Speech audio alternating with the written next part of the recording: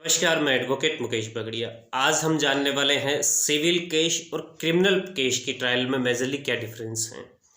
देखिए, मेरे से कई सब्सक्राइबर ने भी पूछा है और एक मेरे दोस्त ने भी पूछा है, तो मैं आज इस वीडियो के माध्यम से इस पहलू पर चर्चा करने वाला हूं। लेकिन इससे पहले मैं आपको ये बता दूं कि यदि आप इस चैनल पर पहली बार आए हैं, आपने अभी तक इस चैनल को सब्सक्राइब नहीं किया है, तो आप चैनल को सब्सक्राइब कर ले, साथ ही बेल आइकन भी अवश्य दबा लें ताकि आपको मिलती रहे मेरे प्रत्येक वीडियो की जानकारी। अब हम बात करते हैं सिविल केस की। जैसे किसी व्यक्ति के कोई अधिकार बाधित होते हो, तो ऐसी दशा में वह व्यक्ति कोर्ट के समक्ष आता है सिविल सूट लेकर, सिविल मामला लेकर, सिविल दावा लेकर। तो सिविल दावा किसी भी व्यक्ति का अधिकार विशेष के लिए आता है। जैसे मेरी कोई प्रॉपर्टी है, बी नाम के व्यक्ति ने हथिया ली है, बी नाम के व्यक्ति ने कब्जा कर लिया है, या किसी भी प्रकार का मेरा उस व्यक्ति से डिस्प्यूट चल रहा है, जो कि प्रॉपर्टी के संबंध में हो सकता है या कोई कॉन्ट्रैक्ट के संबंध में हो सकता है। तो ऐसी दशा में मैं उस व्यक्ति के विरुद्ध सिविल सूट कोर्ट के समक्ष लेकर आता हूँ। अब जैसे ही मैं कोर्ट के समक्ष सिविल सूट लेकर आता हूँ, तो सबसे पहले उस मामले में कोर्ट की एक्शन होगी उस फाइल को, उस दावे को रिपोर्ट पर लेना। रिपोर्ट में ये देखा जाता है कि मामला क्षेत्राधिकार का बनता है कि नहीं बनता, लिमिटेशन का है कि नहीं है। और यदि यही क्रिमिनल मामला होता, जैसे कि मेरे साथ किसी व्यक्ति ने मारपीट की, बी नाम के व्यक्ति ने, तो मैं सबसे पहले जाता हूँ पुलिस स्टेशन में एफआईआर दर्ज करवाने। अगर पुलिस स्टेशन में मेरी एफआईआर दर्ज कर ली जाती है तो उस पर इन्वेस्टिगेशन किया जाएगा। अगर पुलिस स्टेशन में मेरी एफआईआर दर्ज नहीं की जाती तो मैं कोर्ट के समक्ष जाऊंगा और कोर्ट में 156(3) की कार्रवाई के तहत एफआईआर दर्ज किए जाने की मांग करूंगा पुलिस स्टेशन में। और मेरे उस इस्तगासे पे, उस परिवाद पे अगर एफआईआर दर्ज करने के कोर्ट आदेश दे देता है तो पुलिस थाने में एफआईआर दर्ज हो जाती है और फिर उस पर इन्वेस्टिगेशन किया जाता है, अनुसंधान किया जाता है पुलिस के द्वारा। अब जैसे ही पुलिस उस मामले में इन्वेस्टिगेशन कर लेती है, अब कोर्ट के समक्ष फाइल आती है। यानी कि कोई एफआईआर दर्ज हुई है, चाहे वो कोर्ट के आदेश से हुई है या फिर पुलिस ने डायरेक्टली, जो कि विक्टिम व्यक्ति है, आहत व्यक्ति है, उसके जाने पर एफआईआर रजिस्टर्ड कर ली है, उसमें अनुसंधान के पश्चात जब वो कोर्ट के समक्ष आती है तो ऐसी दशा में वह चार्जशीट के माध्यम से कोर्ट के समक्ष पेश की जाती है। और कई बार पुलिस उसमें एफआईआर लगाकर भी पेश कर देती है, जिसे बाद में परिवादी हैं या जो भी आहत व्यक्ति हैं वो प्रोटेस्ट करता है। तो यदि कोई चार्जशीट कोर्ट के समक्ष आ गई है तो ऐसी दशा में कोर्ट उसे अपने संज्ञान में लेते हुए उस मामले को चार्ज बेस में रख देता है। और जैसे अपने सिविल मामलों में जाना कि फाइल रिपोर्ट पे आती है, रिपोर्ट पे आने के बाद क्या होता है कि समन इश्यू कर दिए जाते हैं। जैसे ए नाम का व्यक्ति, जैसे मैं था, मेरी प्रॉपर्टी थी, मैंने बी नाम के व्यक्ति के विरुद्ध सिविल सूट पेश किया, तो रिपोर्ट में जैसे ही मेरी फाइल आ गई, क्षेत्राधिकार बनता है, सारी चीज़ें हो गई। तो अब जो सिविल मामले में कोर्ट की जो एक्शन होगी, वो एक्शन ये होगी कि उस मामले में जो भी प्रतिवादी हैं, जो भी डिफेंडेंट हैं, उनके विरुद्ध समन इश्यू किए जाएंगे। अब बात करते हैं क्रिमिनल मामलों की, जो कि कोर्ट के समक्ष चार्जशीट आ गई और उसमें सबसे चार्जशीट आने के बाद कोर्ट संज्ञान में लेते हुए क्या करता है कि उसमें चार्ज बेस सुनता है। यहाँ सिविल मामलों में समन इश्यू कर दिए जाते हैं डायरेक्टली रिपोर्ट होते ही, लेकिन जो चार्जशीट आई है कोर्ट के समक्ष, उस मामले में डायरेक्टली समन इश्यू नहीं किए जाते हैं। अगर चार्जशीट आती है कोर्ट में तो ऑलरेडी जो भी एक्यूज्ड होता है वो या तो बेल पे छूटा हुआ होता है या जेसी में हो सकता है, जेसी में होता है, तो वो व्यक्ति तो जमानत पे बाहर होता है एक्चुअली अगर देखा जाए तो। और यदि उस मामले में प्रोटेस्ट पेश की गई है तो ऐसी दशा में भी तो 202 के बयान होने शेष रहते हैं। तो समन इश्यू तब तक नहीं किया जाता जब तक 202 के बयान नहीं हो जाता, कोर्ट उस मामले में संज्ञान नहीं ले लेता। अगर चार्जशीट आ रही है तो ऐसी दशा में समन इश्यू की जरूरत नहीं हो रही है, क्योंकि विक्टिम को कोर्ट के समक्ष लाया जा रहा है। उसे जमानत के अपने जो मुचलके होते हैं वो पेश करने होते हैं। यदि बेलेबल ऑफेंस है तो मुचल के पेश कर देता है, अगर नॉन बेलेबल ऑफेंस है तो ऐसी दशा में उसे जमानत प्रार्थना पत्र कोर्ट के समक्ष पेश करना होता है। और यदि कोर्ट चाहे तो उसे जमानत पर छोड़ भी सकता है और नहीं भी छोड़ सकता। लेकिन सिविल मामलों में ऐसा नहीं है, सिविल मामलों में समन इश्यू किया जाता है। अब मेरे से एक चीज़ पूछी गई कि समन क्या बीडब्ल्यू हो सकता है, एडब्ल्यू हो सकता है? तो मैं आपको बता दूं कि सिविल मामलों में बीडब्ल्यू, एडब्ल्यू, यानी बीडब्ल्यू मतलब बेलेबल वारंट और एडब्ल्यू मतलब अरेस्ट वारंट जारी नहीं किए जाते हैं, क्योंकि वो सिविल मामला है। क्रिमिनल मामलों में एडब्ल्यू, बीडब्ल्यू ये सारे जारी किए जाते हैं, सिविल मामलों में नहीं किए जाते। अब जैसे ही समन इश्यू हो जाते हैं तो डिफेंडेंट कोर्ट के समक्ष हाजिर होता है, अपने अधिवक्ता के माध्यम से भी हो सकता है और स्वयं भी आ सकता है। जवाब में फाइल चली जाती है, रिजॉइंडर में फाइल चली जाती है। जो डिफेंडेंट है, प्रतिवादी हो, उस मामले का जवाब देता है। जैसे मैंने कोई डिस्प्यूट था बी के अगेंस्ट और मैंने कोर्ट के समक्ष दावा किया, तो अब जो बी है कोर्ट के समक्ष जवाब पेश करेगा उस मामले में। किसी भी प्रकार की कोई क्रिमिनल लाइबिलिटी पैदा नहीं हो रही है यहाँ पे, महज जवाब पेश करेगा। अब जवाब पेश करने के बाद अगर मैं चाहूँ तो उसका जवाबुल जवाब दे सकता हूँ, मुझे एप्लीकेशन फाइल करनी पड़ेगी। अब जैसे ही मैंने जवाबुल जवाब पेश कर दिया, वो भी उसका जवाब दे सकते हैं। इसके बाद जो सिविल शॉट होता है वो इश्यूज में चला जाता है, विवादक तथ्य जो होते हैं कि क्या क्या दोनों पक्षकारों के बीच विवाद हैं, तनकी जिसे बोलते हैं उर्दू भाषा में, वो तनकीज में चला जाता है, तनकियात उसमें कायम की जाती है।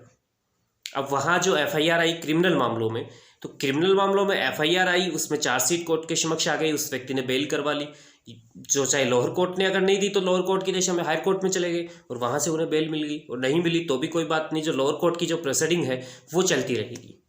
अब उसमें क्या होता है कि जैसे ही चार्जशीट आई कोर्ट में, बहस सार सुनी गई, अधिवक्ता ने बहस की उसमें कि साहब ये सेक्शन लगाया गया है, ये सेक्शन नहीं बनता है, ये सेक्शन बनता है, और उसके बाद कोर्ट उस एक्यूज्ड पर चार्ज बहस जो सुनी गई उसके आधार पर चार्ज फ्रेम कर देता है। जैसे कि उस व्यक्ति ने मेरे साथ मारपीट की तो कोर्ट उसके विरुद्ध 323, 325 जो भी वो उचित समझे चार्ज फ्रेम कर देता है उस सेक्शन के तहत। अब जो क्रिमिनल प्रक्रिया में चार्ज फ्रेम किया गया, यानी उस पर आरोप लगाया गया कि हाँ आपने इस तारीख को, इतनी तारीख को, इतने बजे इस व्यक्ति के विरुद्ध ये अपराध कारित किया है और आप इस सेक्शन के तहत, इस धारा के तहत, इस एक्ट के तहत याद करने के दोषी हैं। तो क्या आप इस चीज़ को स्वीकार करते हैं या अन्वीक्षा चाहते हैं? ये सारी चीज़ें उस समय लिखी जाती है। आपने उक्त कैटेगरी का अपराध किया है। अब जैसे ही चार्ज बहस हो जाती है, चार्ज लगा दिया जाता है, तो ऐसी दशा में जो क्रिमिनल मामला है वो एविडेंस में चला जाता है। अब वहाँ पे जो सिविल मामला था उसमें आप चार्ज जो कायम किए गए अपने क्रिमिनल मामलों में, उसकी जगह मान ले तनकी, क्योंकि अपन ने अभी बात की कि जवाब आया, जवाबुल जवाब भी मैंने पेश किया उसमें, और उसके बाद तनकी कायम कर दी गई। उसी के समानांतर आप ये चीज़ देख ले कि क्रिमिनल मामलों में आप चार्ज फ्रेम करना देख ले कि एक्यूज्ड के ऊपर चार्ज लगा दिया गया। अब एविडेंस में फाइल चली जाती है क्रिमिनल की भी, और सिविल की भी जैसे ही तनकी कायम होती है उसके बाद एविडेंस में चली जाती है। सबसे पहले जो कोई व्यक्ति कोर्ट के समक्ष आता है, चाहे वादी हो या फिर कोई परिवादी हो, जो क्रिमिनल मामले हैं उनमें आहत व्यक्ति, विक्टिम व्यक्ति आता है, तो ऐसी दशा में जो प्रोसिक्यूशन, उसे क्रिमिनल मामलों में प्रोसिक्यूशन बोला जाता है, अभियोजन पक्ष, उनकी एविडेंस में चली जाती है। और सिविल मामलों में जो वादी हैं उनकी एविडेंस में चली जाती है।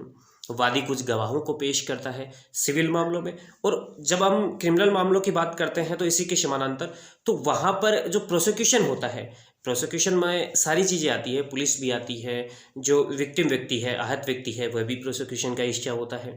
तो वो अपने एविडेंसेस में कुछ गवाह पेश करते हैं। जैसे ही प्रोसिक्यूशन ने गवाह पेश किए, जो सामने से एक्यूज का जो वकील होता है उस मामले में जीरा करता है, क्रॉस करता है। प्रोसिक्यूशन के जो एविडेंस पेश किए जाते हैं वो चीफ, उनकी जो परीक्षा ली जाती है वो चीफ कहलाती है, मुख्य परीक्षा। अब बात करते हैं इसी के समानांतर सिविल मामलों में जो एविडेंसेस लिया जाता है सिविल मामलों में, उसमें सबसे पहले चीफ होती है यानी मुख्य परीक्षा होती है, और सामने जो भी डिफेंडेंट का जो वकील है, प्रतिवादी का जो अधिवक्ता है, वो उस मामले में जीरा करते हैं। अब जैसे ही सिविल मामलों में वादी की जो एविडेंस कंप्लीट हो जाती है तो उसके बाद में प्रतिवादी की एविडेंस में आ जाती है। अब जो क्रिमिनल मामलों की उसके समानांतर बात करते हैं, तो क्रिमिनल मामलों में क्या होता है कि जैसे ही प्रोसिक्यूशन की एविडेंस यानी जो अभियोजन पक्ष है उसकी एविडेंस कंप्लीट हो जाती है, तो ऐसी दशा में बयान मुलजी में फाइल चली जाती है।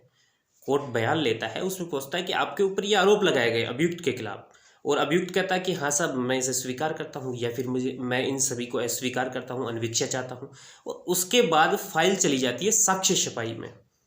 मतलब ये हुआ कि उसके बाद जो फाइल हैं वो एविडेंस में तो है, लेकिन किसके एविडेंस में है? एक्यूज्ड व्यक्ति के, अभियुक्त व्यक्ति के साक्ष्य में फाइल चली जाती है, एविडेंस में चली जाती है।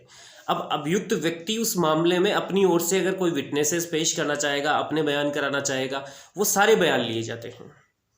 अब इसी के समानांतर अगर अपन बात करते हैं सिविल मामलों में, तो सिविल मामलों में जब प्लेंटिफ के एविडेंस हुए उसके बाद डिफेंडेंट जो प्रतिवादी हैं, प्रतिवादी के एविडेंस में आ जाती है। प्रतिवादी अपनी ओर से जो भी एविडेंस में चीज़ें पेश करना चाहता है, गवाह पेश करना चाहता है, उन्हें पेश करेगा। सबसे पहले उनकी मुख्य परीक्षा होगी, उसके बाद जो कि वादी है उसका वकील जीरा कर लेगा। सेम यही सिचुएशन उसमें लागू होती है, क्रिमिनल मामलों में लागू होती है। इसमें जैसे ही कोई एक्यूज्ड है अपने गवाह पेश करता है तो उसकी चीफ होगी, उसके बाद जो कि विक्टिम व्यक्ति हैं आहत व्यक्ति है उसका कोई अधिवक्ता है, जैसे गवर्नमेंट होती है उसके अधिवक्ता, जो सरकारी वकील होते हैं वो अधिवक्ता होते हैं अधिकतर, अमूमन यही देखा जाता है। हालांकि प्राइवेट व्यक्ति को भी असिस्ट किया जा सकता है, प्राइवेट अधिवक्ता को भी असिस्ट किया जा सकता है। तो जो भी उनके अपने विक्टिम व्यक्ति हैं, आहत व्यक्ति है, उनके जो भी अधिवक्ता हैं वो उस मामले में जीरा करते हैं। अब जैसे ही जीरा कंप्लीट हो जाती है उसके बाद फाइल चली जाती है आर्ग्यूमेंट में, बहस में। उस मामले में बहस होती है और बहस होने के बाद जजमेंट आ जाता है। कोर्ट उस समय पूछ लेता है कि भाई पनिशमेंट के विषय पर आप कुछ सुनाना चाहेंगे, 2 शब्द बोलना चाहेंगे। एक्यूज का वकील बोल देता है अगर कोर्ट ऐसा उचित समझता है, और फाइल पे जजमेंट दे देता है कि चलो ये चीज़, ये जजमेंट है। अब इसी के समानांतर अगर अपन बात करें सिविल मामलों में, तो सिविल मामलों में क्या होता है कि जैसे ही डिफेंडेंट के एविडेंस कंप्लीट हो गए तो एविडेंस कंप्लीट होने के बाद वो भी बहस में चली जाती है, जैसे क्रिमिनल मामलों में चली गई, और उसमें भी बहस सुनी जाती है। बहस सुनने के बाद कोर्ट उसमें जजमेंट पारित कर देता है और उसके बाद डिग्री बना देता है। तो ये सारी प्रक्रिया है सिविल और क्रिमिनल की।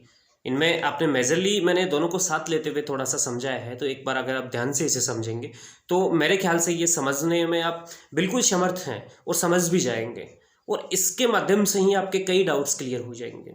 अब मैं एक चीज़ और आपको बताना चाहूँगा, जैसे एफआईआर की मैंने बात की कि एफआईआर दर्ज होती है क्रिमिनल मामलों में, और सिविल मामलों में आपको केवल व केवल सूट लेकर जाना होता है, दावा पेश करना होता है कोर्ट के समक्ष। अब जैसे कोई एफआईआर दर्ज हो गई तो जब जो पुलिस होती है वो एफआईआर दर्ज होते ही बयान लेती है। उन बयानों को 161 के स्टेटमेंट कहते हैं, 161 के बयान कहते हैं। 161 के बयान हमेशा पुलिस लेती है, थाने में दर्ज किए जाते हैं, और उसके बाद जब कोर्ट के समक्ष जो बयान होते हैं उन्हें 164 के स्टेटमेंट कहते हैं, 164 के बयान कहते हैं। तो ये चीज़ भी जानना आपके लिए बेहद ज़रूरी था। अब मैं शॉर्ट में दोनों की प्रक्रिया को बहुत ही शॉर्ट में बताना चाहूँगा। देखिए, जैसे कोई व्यक्ति अपने अधिकार विशेष को तय करवाना चाहता हो तो ऐसी दशा में वो कोर्ट के समक्ष आता है, एक सिविल दावा पेश करता है। पेश करते ही फाइल रिपोर्ट में चली जाती है। रिपोर्ट में अगर पाया जाता है कि मामला क्षेत्राधिकार में है, लिमिटेशन में है, तो कोर्ट उसमें डिफेंडेंट के पक्ष में डिफेंडेंट के विरुद्ध समन इशू कर देता है। डिफेंडेंट समन इशू करते ही कोर्ट के समक्ष हाजिर होता है, अपना जवाब देता है उस मामले में। अगर जवाब के विरुद्ध जो वादी है, प्लेंटिफ है, जवाबुल जवाब देना चाहता है तो जवाबुल जवाब दे देता है।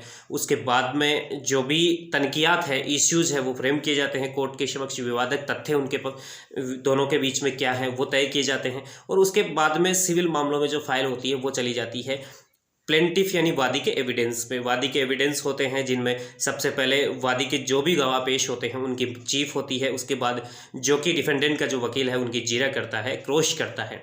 उसके बाद फाइल चली जाती है डिफेंडेंट के एविडेंस में, और डिफेंडेंट के एविडेंस में जाने के बाद डिफेंडेंट अपने गवाह पेश करता है, उनकी सबसे पहले चीफ होती है, और उसके बाद जो प्लेंटिफ का जो एडवोकेट है, अधिवक्ता है, वो उनकी क्रॉस करता है, जीरा करता है। उसके बाद फाइल चली जाती है आर्ग्यूमेंट में यानी बहस में। बहस होती है, फिर जजमेंट पारित कर दिया जाता है, और उसके बाद डिग्री दे दी जाती है, डिग्री पारित कर दी जाती है। अब बात करते हैं क्रिमिनल मामलों की। तो क्रिमिनल मामलों में सबसे पहले कि यदि कोई एफआईआर दर्ज की गई है तो इन्वेस्टिगेशन होता है।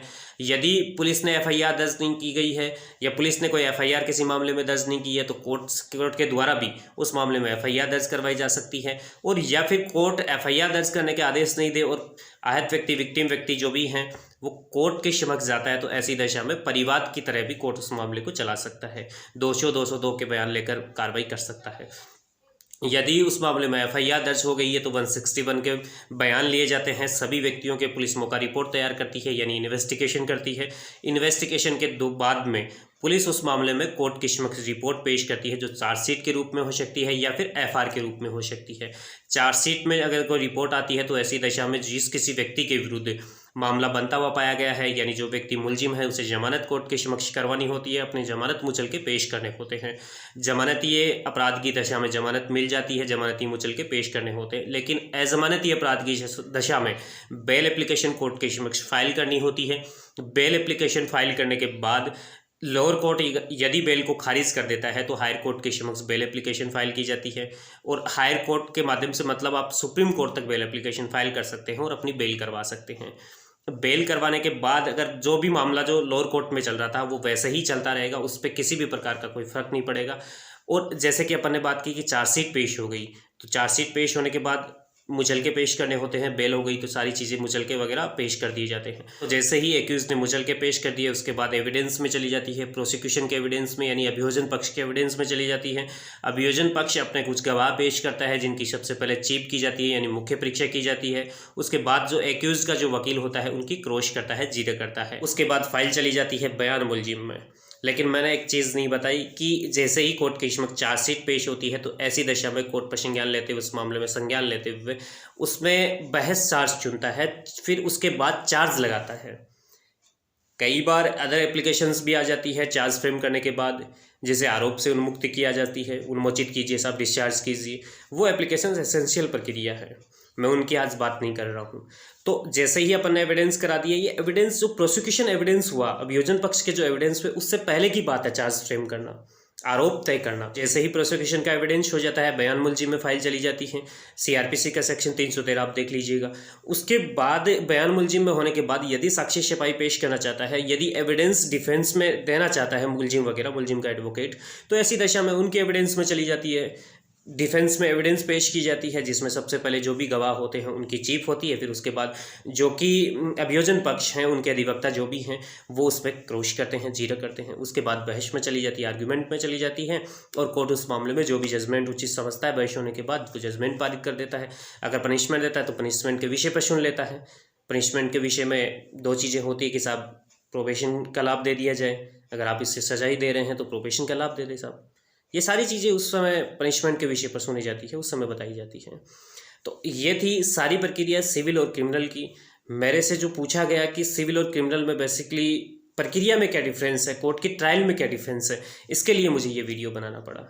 कुछ कमियां इसमें भी रही होगी क्योंकि मैंने समय के अभाव में रहते हुए डायरेक्टली ये वीडियो शूट किया है बिना किसी चिंतन के, तो शायद कुछ कमियां इसमें रह सकती है जिन्हें मैं सुधार करते हुए भविष्य में भी एक अलग से वीडियो बना दूंगा। विस्तृत रूप से कम 20 मिनट का एक वीडियो बनाऊंगा। तो उम्मीद करता हूं कि आज के ये वीडियो आपको बहुत ही महत्वपूर्ण जानकारी देने में सफल रहा होगा। धन्यवाद।